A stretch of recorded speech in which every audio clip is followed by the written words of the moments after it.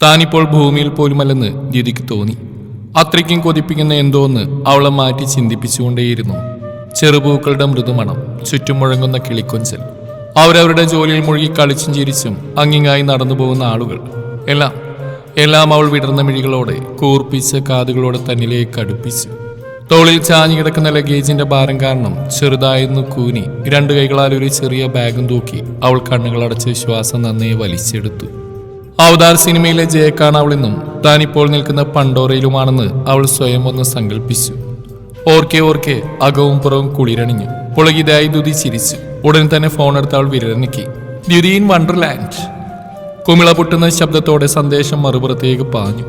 പെട്ടെന്ന് അവൾ ഒരു ശബ്ദം കേട്ടു. നടുക്കത്തോടെ ശബ്ദം കേട്ടവൾ തിരിഞ്ഞു. ഒരു കുലുക്കത്തോടെ ഒരു കൂന മണ്ണ് അന്തരീക്ഷമാകെ പൊടി പറത്തി ഒരു കോണിൽ വീണടിയുന്നു. മരച്ചില്ലയിലെ കിളികൾ വെപ്രാളത്തോടെ ഉറക്കെ കരഞ്ഞുകൊണ്ട് ചില്ല വിട്ടു. അതുവരെ മായാലോകത്തായിരുന്ന അവൾ തലകുലുക്കി ബോധത്തിലേക്ക് മടങ്ങിയെത്തി. അവളിൽ നിന്ന് ബാഗ് നിലംപതിച്ചു. പൊള്ളയായ കൈകൾ കൊണ്ട് കാതുകൾ പൊത്തി അടച്ചു.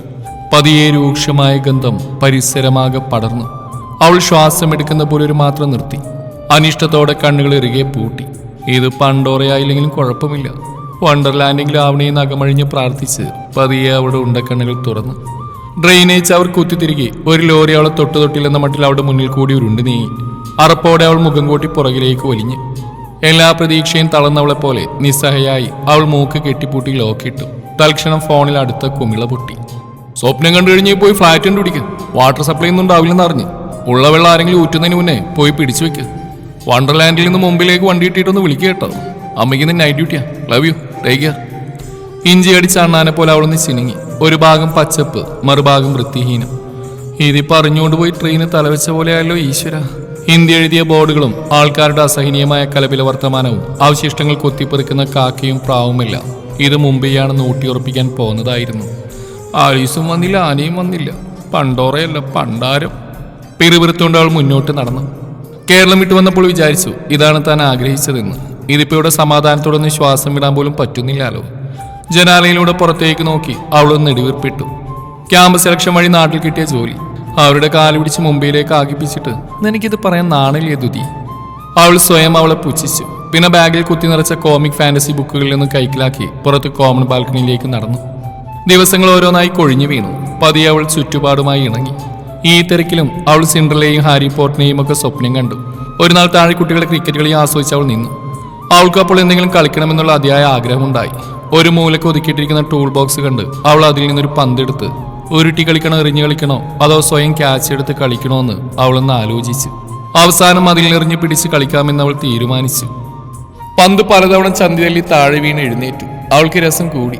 ഒരു ഷട്ടിൽ ബാറ്റ് കൂടി എടുത്ത് അവൾ പന്തിനെ ആഞ്ഞടിക്കാൻ തുടങ്ങി. അതേസമയം അടുത്ത ഫ്ലാറ്റുള്ള ഒരു ചെറുപ്പക്കാരൻ ഫോണിൽ മിഴികളൂന്നി വാതിൽ തുറന്നു. ബാറ്റിന്റെ തള്ളിയിട്ടി ഓടി രക്ഷപ്പെട്ട പന്ത് എന്നെ രക്ഷിക്കണേ എന്ന് പറഞ്ഞ അയാളുടെ കയ്യിൽ മുറുകെ കടിച്ചത് ഒരുമിച്ചായിരുന്നു. ഫലം കയ്യിലെ ഫോൺ വായുവിൽ തുള്ളിമറിഞ്ഞ് തറയിൽ നടുവൊടിഞ്ഞു വീണ് കിടന്നു. ദ്യുതി 1 മീറ്റർ അകലിൽ നിന്ന് പേടിയോട് ഉമിനീരിറക്കി. അങ്ങോട്ട് പോണോ വേണ്ടോ എന്ന് ചിന്തിച്ച് അവിടെ നിന്ന് വട്ടം കറങ്ങി. അയാൾ അത്യധികം വർദ്ധിച്ച കോപത്തോടെ തറയിലെ പന്ത് കുനിഞ്ഞെടുത്തു. അടുത്ത നിമിഷം അത് കൊള്ളിയാൻ പായുന്ന പോലെ അവളെ ദയനീയമായ ഒരു നിമിഷം നോക്കി. ആ 7ാം നിലയിലെ ഫ്ലാറ്റിൽ നിന്നും താഴേക്ക് പറന്നു. അവൾ നിന്ന് വെട്ടി വിയർക്കാൻ തുടങ്ങി. സോറി പറയണമെന്നുണ്ടെങ്കിലും നാവ് പൊങ്ങുന്നില്ല. അതിനുള്ളിൽ തന്നെ അയാൾ അവളെ ഹിന്ദിയിലും ഇംഗ്ലീഷിലും തെറി വിളിക്കാൻ തുടങ്ങി. അവളുടെ കയ്യിലിരുന്ന ബാറ്റും വാങ്ങി ദൂരേക്ക് വലിച്ചെറിഞ്ഞു. അവളിപ്പോൾ കരയുമെന്ന അവസ്ഥയിലായി. മറ്റു ഫ്ലാറ്റിൽ നിന്ന് ആളുകൾ തലയിട്ട് നോക്കുന്നുണ്ടെങ്കിലും ആരും അടുക്കുന്നില്ല. ഒരു വാമ്പയറിനെ പോലെ ഭീകരമായി അവൾക്ക് അയാളെ തോന്നി. അവസാനം ഒരുവിധം കാശ് കൊടുത്ത് സെറ്റിലാക്കാമെന്ന ധാരണയിൽ അയാൾ അടങ്ങി. പക്ഷേ ചോദിച്ച 20,000 രൂപ കേട്ട് വീണ്ടും തലയിറങ്ങാൻ തുടങ്ങി. അവൾ ഫോണിൽ എത്തി നോക്കി. പകുതി കടിച്ച ആപ്പിൾ ലോഗ് അവളെ നോക്കി ആക്കി ചിരിച്ചു. ക്രെഡിറ്റ് കാർഡിനെ സ്തുതിച്ച് അവൾ ആ പ്രശ്നം ഒതുക്കി തീർത്തു. ഇയാൾ വോൾഡമോർട്ടാണ്. പാവ ഹാരിയെ കൊല്ലാൻ നടക്കുന്ന പോലെ പാവ പിള്ളേരെയും കൊല്ലാൻ നടക്കുന്നവൻ. അല്ലേ ദ്യുതി, അതിന് നീയല്ലേ അയാളെ പോയി ഉപദ്രവിച്ച്? അതിനയാളുടെ യമണ്ണം ചീത്ത കേൾക്കാനും എന്റെ പോക്കറ്റ് കാലിയാക്കേണ്ടതിനും വല്ല കാര്യം ഉണ്ടായിരുന്നോ? അയാൾക്ക് വട്ട ഇഡിയറ്റ്. ഓപ്പോസിറ്റ് ഫ്ലാറ്റിൽ വാതിൽ നിന്നുകൊണ്ട് അയാൾ അവളെ രൂക്ഷമായി നോക്കി നിൽക്കുന്ന കണ്ട് അവൾ വാതിൽ ശക്തിയായി അടച്ചു. ഇനി വായിൽ നോക്കാതിന്റെ കുറവുകൂടെയുള്ള തെണ്ടിക്ക്. പിന്നീടുള്ള ദിവസങ്ങളിൽ അയാളെ മനസ്സിൽ ചീത്ത വിളിച്ചും ഇല്ലാത്ത കുറ്റങ്ങൾ കണ്ടുപിടിച്ചും അവൾ സന്തോഷിച്ചു. വിഷു, ദുർഗാപൂജ, ഓണം ഇവയെല്ലാം എനിക്ക് ഒരുപോലെയാണ്. അന്നെല്ലാം ഞാൻ സാരി ഉടുക്കും. അല്ല പിന്നെ ഞാൻ ഒരുങ്ങിയിറങ്ങി ഡോർ പൂട്ടി തിരിഞ്ഞു അയാളെ കണിയേണ്ടതും തുല്യമായിരുന്നു. അയാളെ കാണുക എന്നിലെ ദൈവികത നഷ്ടമായി. മെല്ലെ ഭദ്രകാളിയിലേക്ക് ഞാൻ ചുവടുവെച്ച് തുടങ്ങിയിരുന്നു. അല്ലേ ദ്യുതി, ഭദ്രകാളി എന്താ ദൈവമല്ലേ? ആ ദൈവമല്ല, ഈ ദൈവം. എന്റെ മനസാക്ഷിയെ ഞാൻ കമ്പെടുത്ത് ഓടിച്ചു. ആകെ മൊത്തത്തിൽ ഒരു ആനച്ചന്തൊക്കെയുണ്ട്. ആരെയോ വളക്കാനുള്ള പോക്ക. അപ്പൊ നീയോ? ഞാനോ? ഞാനത് ഒരു പ്ലിങ്ങിയ ഭാവം എന്നെ ആകെ പൊതിഞ്ഞു. ഞാനതിന് നല്ല കുട്ടിയല്ലേ? ഇയാളെ കണ്ട് ആരെങ്കിലും വീണാലുള്ള അവസ്ഥ. മരിക്കാതെ തന്നെ നരകം കാണാം. അവൾക്കന്ന് പറന്നുപോയ പന്നിന്റെ ഓർമ്മ വന്നു. ഒരു ചിരി ഉള്ളിൽ നിന്നും പുറത്തിയാടി. ലിഫ്റ്റിൽ രണ്ടാൾ ഒരുമിച്ച് കയറി. അന്നത്തെ സംഭവം കഴിഞ്ഞ് മാസം 2 ഒരയൽക്കാരിയാണെന്നുള്ള പരിഗണന പോലുമില്ല ഇയാൾക്ക്. ഇവരൊന്നും മനുഷ്യരല്ലേ? ഒരു ഐഫോൺ കൊണ്ട് ഇത്രയും ഉപകാരം ഉണ്ടാവുമെന്ന് കരുതിയില്ല. അവൾ സ്റ്റീവ് ജോബ്സിനെ നന്നായിട്ടൊന്ന് സ്മരിച്ചു. യാഡ്ലി, നിവ്യ, അല്ലല്ല, എൻചാൻഡർ, എൻഗേജ്, ഇതേതാ ഈ മണം? അവളൊന്നുകൂടെ അവനടുത്തേക്ക് അവനറിയാ. നീ മണ്ടൂസി, ഇതൊക്കെ വുമൺ ബ്രാൻഡ് അല്ലേ? അവൾ തലക്കിട്ടൊന്ന് കൊട്ടി.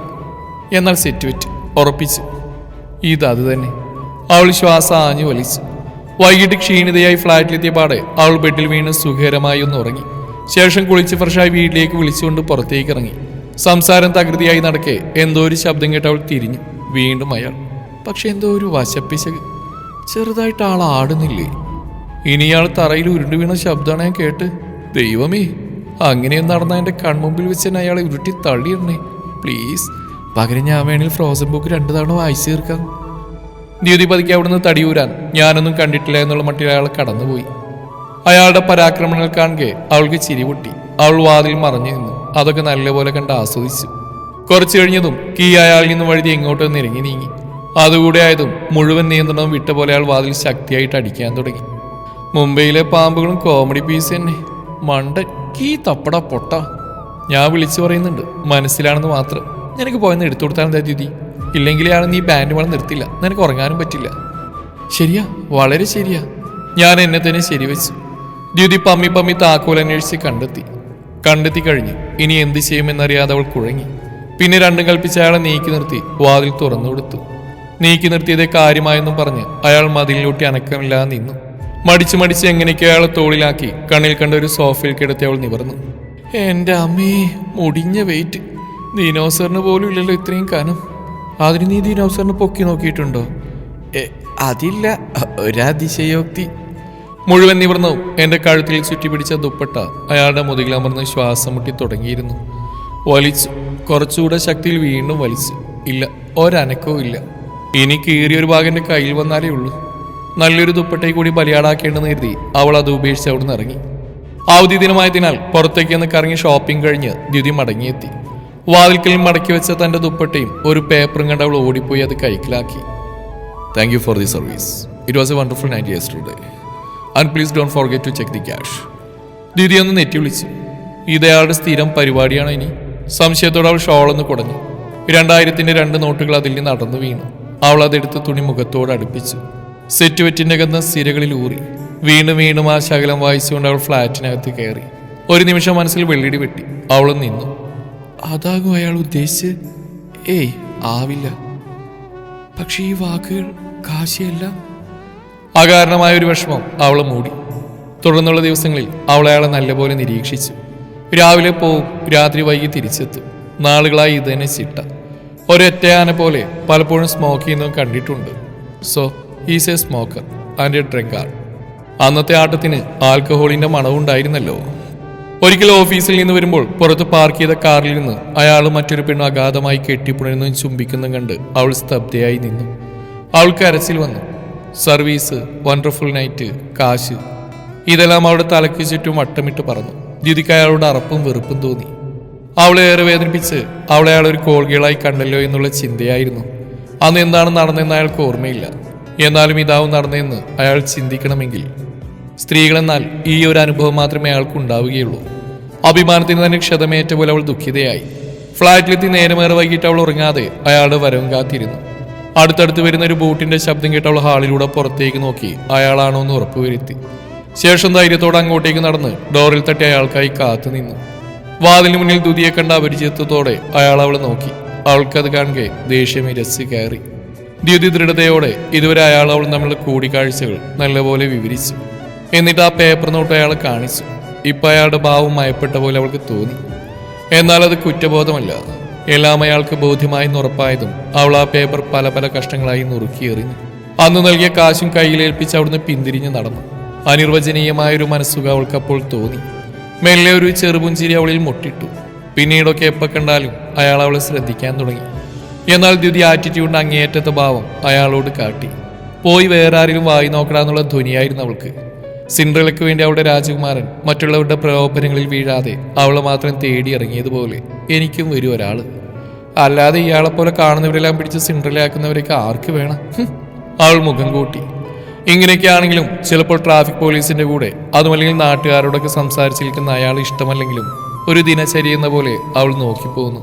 തിരിച്ചൊരു ചിരി പ്രതീക്ഷിച്ചില്ലെങ്കിലും അയാൾ പിന്നീടെല്ലാം അവൾക്കായി ഒരു പുഞ്ചിരി ചുണ്ടുകളിൽ ഒളിപ്പിച്ചിരുന്നു.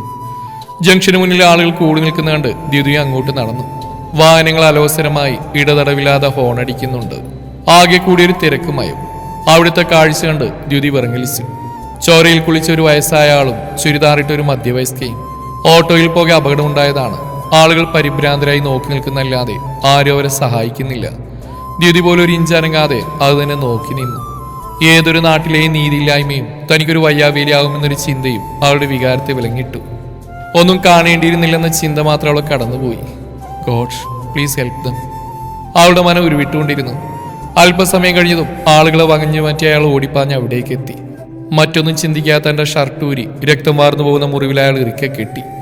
ഇടയ്ക്കിടെ ചുറ്റും നോക്കി ആരെങ്കിലും ഒരു വണ്ടി വിളിക്കുന്നൊക്കെ അയാൾ പറയുന്നുണ്ടായിരുന്നു. എന്നാൽ ആർക്കും ഊർജമില്ല.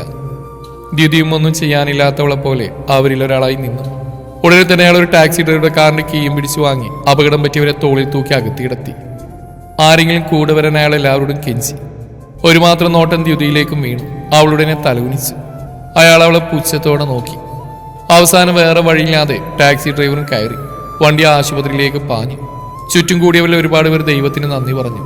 ഒരു യുക്തിയുമില്ലാതെ തിരികെ റൂമിലെത്തി കിടന്നിട്ടും ദ്യുതി ആകെ മൂടപ്പെട്ട അവസ്ഥയിലായിരുന്നു. അവൾക്കൊന്ന് കരയണമെന്ന് തോന്നി.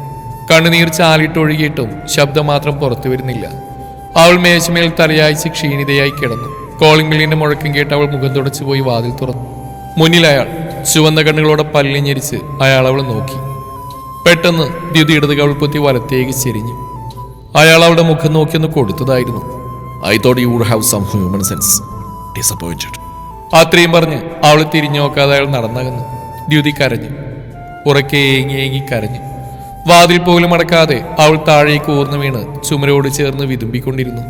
രാത്രി ഏറെ വൈകി തിരിച്ചെത്തിയ അയാൾ ദ്യുതിയുടെ ഫ്ലാറ്റിലെ ഡോർ തുറന്നെടുക്കുന്ന കണ്ട് അകത്തേക്ക് എത്തി നോക്കി. കോളിംഗ് ബെല്ലടിച്ചിട്ടും വിളിച്ചു നോക്കിയിട്ടും പ്രതികരണം കേൾക്കാതെ അയാൾ ഭയപ്പാടോടെ ഉള്ളിലേക്ക് കുതിച്ച് ചുറ്റും കണ്ണോടിച്ചു. അവിടെ അതാ സോഫയുടെ താഴെ വാടിയ തണ്ട് പോലെ ദ്യുതി. ചുറ്റും കുറെ ഫാന്റസി ബുക്കുകൾ നിരത്തിയിട്ടുണ്ട്. ഏതോ നിവർത്തിയ ബുക്കിൽ മുഖപൂഴ്ത്തിയാണ് കിടപ്പ്. അയാൾ അവളെ ഉണർത്താതെ ബുക്ക് കയ്യിലെടുത്തു. കവിളിൽ വിരൽപ്പാടുകൾ ചുവന്ന് രാശി പടർത്തിയിരിക്കുന്നു. അയാൾക്ക് അവളോട് സഹതാപം തോന്നി. ദ്യുതി ചെറുതായി ഞെട്ടി കണ്ണുകൾ തുറന്നു. അവ വീർത്തതിനാൽ മുഴുവനും തുറക്കാൻ പറ്റാതെ അവൾ കണ്ണു ചിമ്മി ചുറ്റും നോക്കി. പരിചിതമായ ഗന്ധം. അയാൾ ഇവിടെ വന്നു. അവൾ ആകാംക്ഷയോടെ എഴുന്നേൽക്കാൻ ശ്രമിച്ചു. അതേസമയം അയാൾ അടുക്കളയിൽ നിന്ന് 2 കപ്പ് കോഫിയുമായി അവൾക്കരികിലേക്ക് നടന്നെടുത്തു. അവൾ അമ്പരപ്പോടെ അയാളുടെ പ്രവൃത്തിയെ വീക്ഷിച്ചു. അവൾക്ക് നേരെ കപ്പ് നീട്ടി അരികിലായി അയാൾ ഇരുന്നു. അവൾ ഉടനെ തന്നെ 2 കൈയകലം നിരങ്ങി നീങ്ങി. ഇത് കാണാതെ കണ്ട് അയാൾ ചിരിച്ചു. 10th എത്ര മാർക്കുണ്ട്? എന്ത്?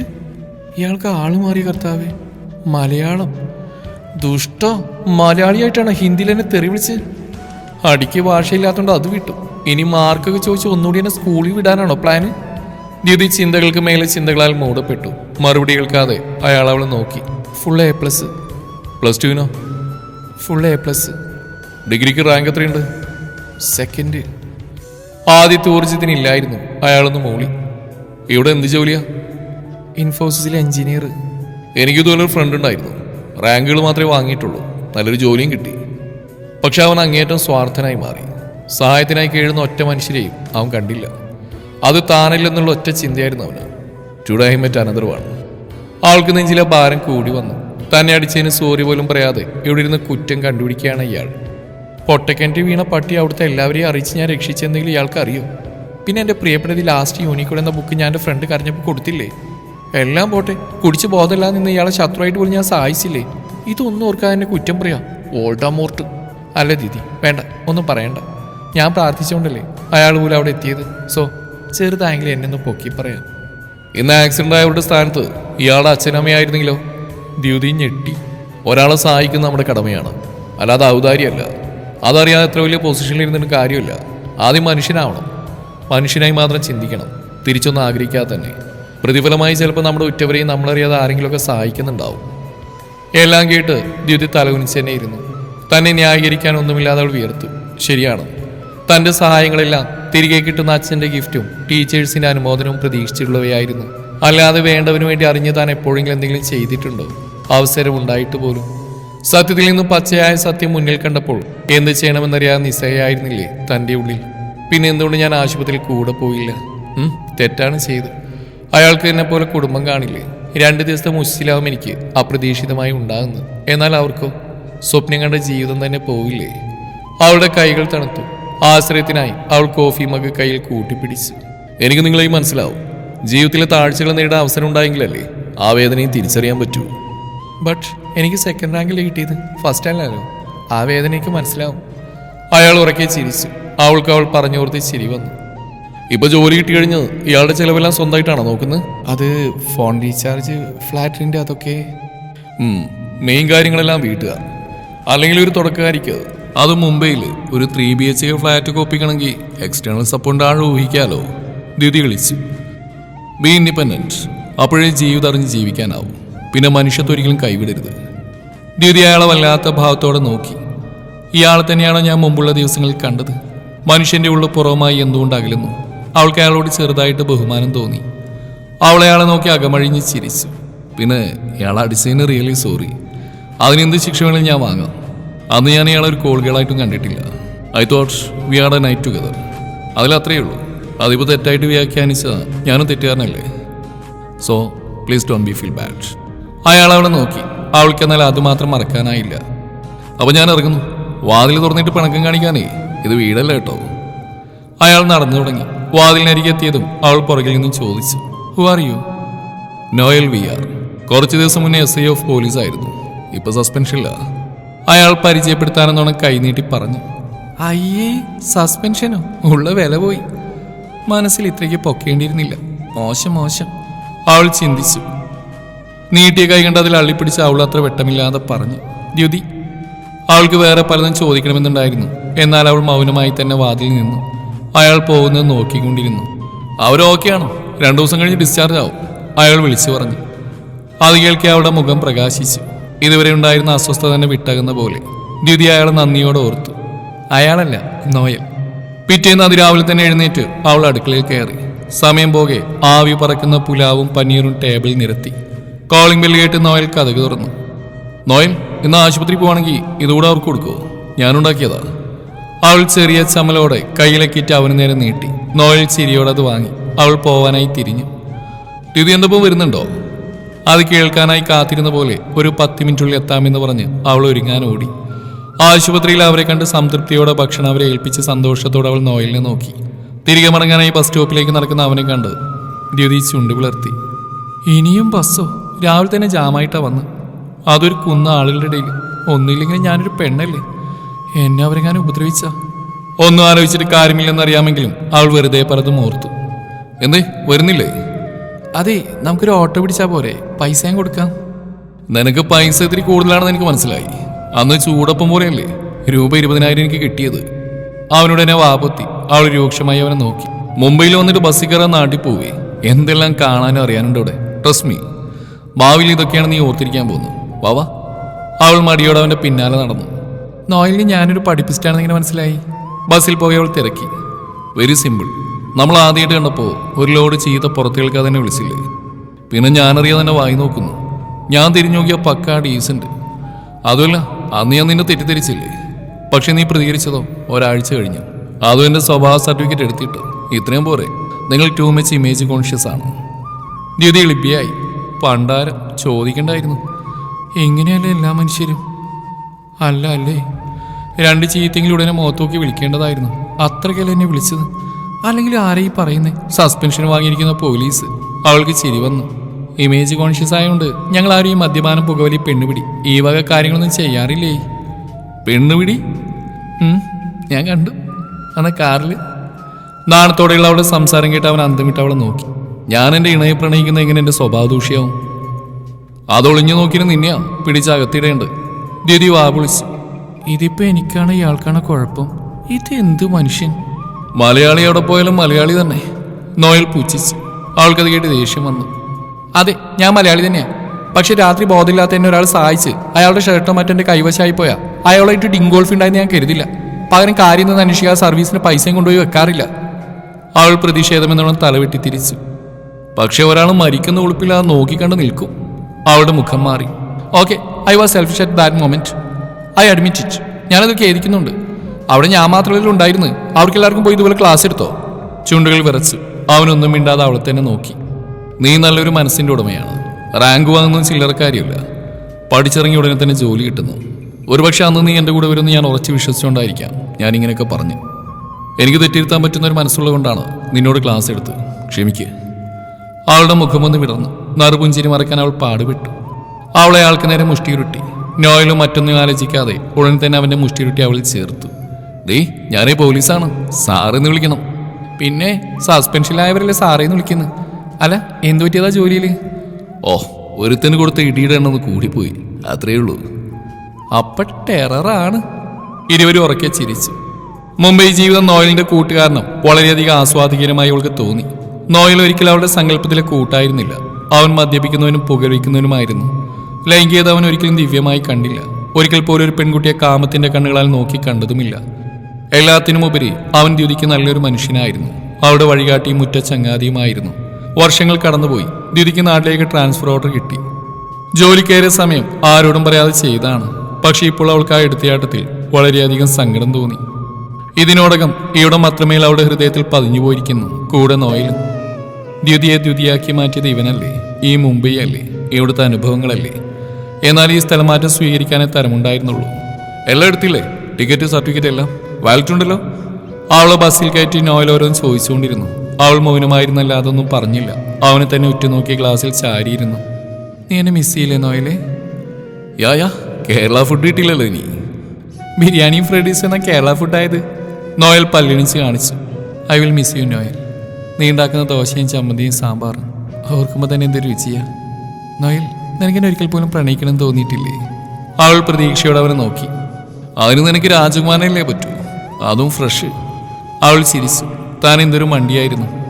But I like you Noel. അത് പ്രണയമാണെന്ന് എനിക്കറിയില്ല. പക്ഷെ കഴിഞ്ഞ 3 വർഷക്കാലം എനിക്കതൊരു ഹാപ്പിനെസ് ആയിരുന്നു എന്നറിയൂ. Thanks for choosing me as your friend. അവൾ തുടർന്നു. എനിക്ക് കല്യാണം കഴിക്കണം തോന്നിയാ നീ ആ സമയത്ത് കമ്മിറ്റഡ് ആയാലും ഇല്ലെങ്കിലും നിന്റെ വീട്ടിലേക്ക് ഞാനൊരു പ്രപ്പോസൽ അയക്കും കേട്ടോ. കഴിഞ്ഞ വർഷങ്ങൾ നമ്മൾ ഡേറ്റ് ആയിട്ട് ഞാൻ കണക്കായിക്കോളാം. നീ എൻ്റെ വീട്ടുകാരെയും വെറുതെ വിടില്ല അല്ലേടി? അവൾ നിഷേധാർത്ഥത്തിൽ തലയാട്ടി. രണ്ടുപേരും സീരിയൽ ചാരി പരസ്പരം നോക്കി കുറച്ചു നേരം ഇരുന്നു. 4 മിഴികളും ചെറുതായി ഈറനണിഞ്ഞു. ബസ് എടുക്കാൻ സമയമായതും നോയൽ അവളുടെ കൈ രണ്ടും കൂട്ടിപ്പിടിച്ച് അതിൽ അമർത്തി ചുംബിച്ചു. You are my precious surprise gift. ഇപ്പോഴും എൻ്റെ ജമ്മാണ്. ഇനിയും ദ്യുതി ആൾക്കാരെ കാണേണ്ടതുണ്ട്, വളരേണ്ടതുണ്ട്. അന്ന് നീ എന്നെ ഓർക്കുകയാണെങ്കിൽ ഞാനായി തന്നെ നിന്റെ മുമ്പിലെത്തും. അന്ന് ഇനി മനസ്സ് മാറുകയാണെങ്കിലും I will be by your side. നിന്റെ ജീവിതം നിന്റേത് മാത്രമാണ്. Make it worth. റോയൽ അവളെ ഗാഠമായി പുണർന്നു. തിരിച്ച് അവൾ അവനെ മുറുക്കി. അവൻ അവളിൽ നിന്ന് അകന്നു തുടങ്ങിയതും പിടച്ചിലോടെ അവൾ തറയിട്ട് പുറത്തേക്ക് നോക്കി. നിറഞ്ഞ മിഴികളോടെ എന്നാൽ അതീവ സന്തോഷത്തോടെ അവൻ അവൾക്ക് നേരെ തംസപ്പ് കാണിച്ചു. ഏയ്, call me and text me frequently and don't kiss anyone. അവൾ ഉറക്കെ വിളിച്ചു പറഞ്ഞു. അവനൊരു കല്ലിനെടുത്ത് അവൾ എറിയാനോങ്ങി. ദിതി പെട്ടെന്ന് തല ഉള്ളിലേക്ക് വലിച്ചു. രണ്ടുപേരും രണ്ടിടങ്ങളിലായി ഒരേ മനസ്സോടെ മുന്നോട്ട് നീങ്ങി. Dyuthi is on the way to her own wonderland. Message അയച്ച് ഫോൺ ഓഫാക്കി അവൾ കണ്ണുകൾ അടച്ചു സംതൃപ്തിയോടെ. നമ്മുടെ മലയാളം സ്റ്റോറീസിൽ രാവിലെ 10 മണിക്ക് കലിപ്പൻ പോലീസിന്റെ മാലാഖ പെണ്ണ് എന്ന പുതിയ കഥ ആരംഭിച്ചിട്ടുണ്ട്. രസകരമായ കഥയാണ്, കേൾക്കാൻ ശ്രമിക്കുക. Thank you.